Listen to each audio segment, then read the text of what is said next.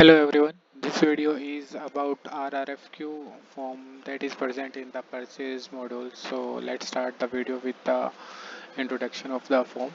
So here we have the RRFQ form over here, and click on this manage button. You will see the view section first, and here we can see we already have 4 RRFQs, and these are the RRFQ numbers and the date on which this one created, and the type of the RRFQ, it is profit and loss, or does it belongs to capex category, and who is the indentor who created this. Like Sudip Sarkar is the indentor here. This one created the RRFQ generated, and the total value of the RRFQ is this. And here is the status. What is the normally it is approved or rejected and pending approval. There are the three status. Either this RFQ is pending or approved or not approved. So as you click on the view section, you can see here is the approval chain. You can see the history of the approval over here, and the another details of these RFQ is over here in the top of the section.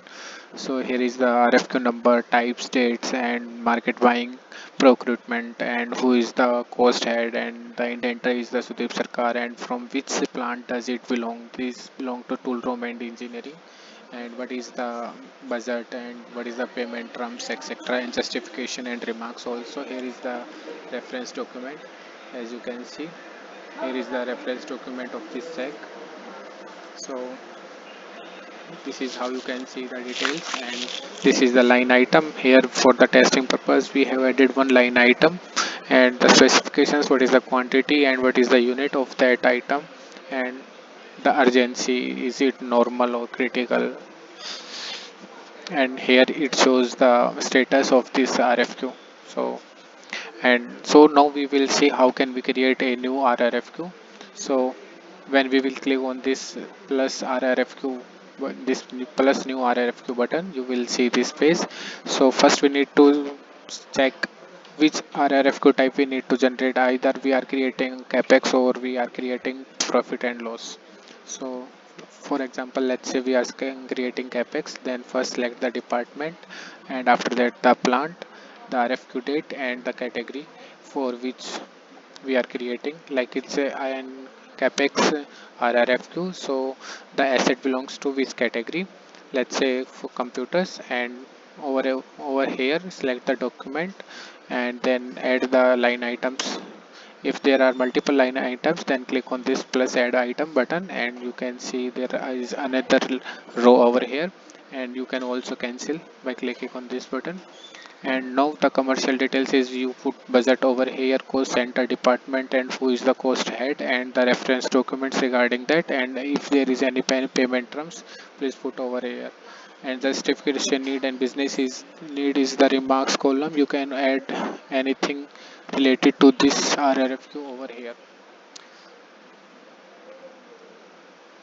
And after fulfilling all this form, you click on the submit RRFQ for buyer review.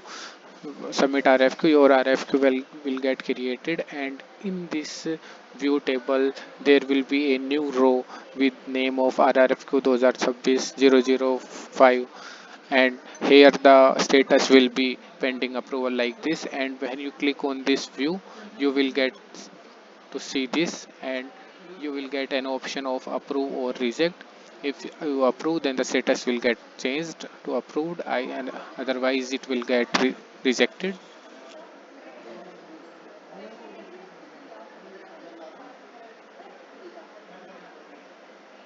So this is all about the RRFQ and the buyer, how buyer can respond to the approval of the RFQ. He can approve or reject it.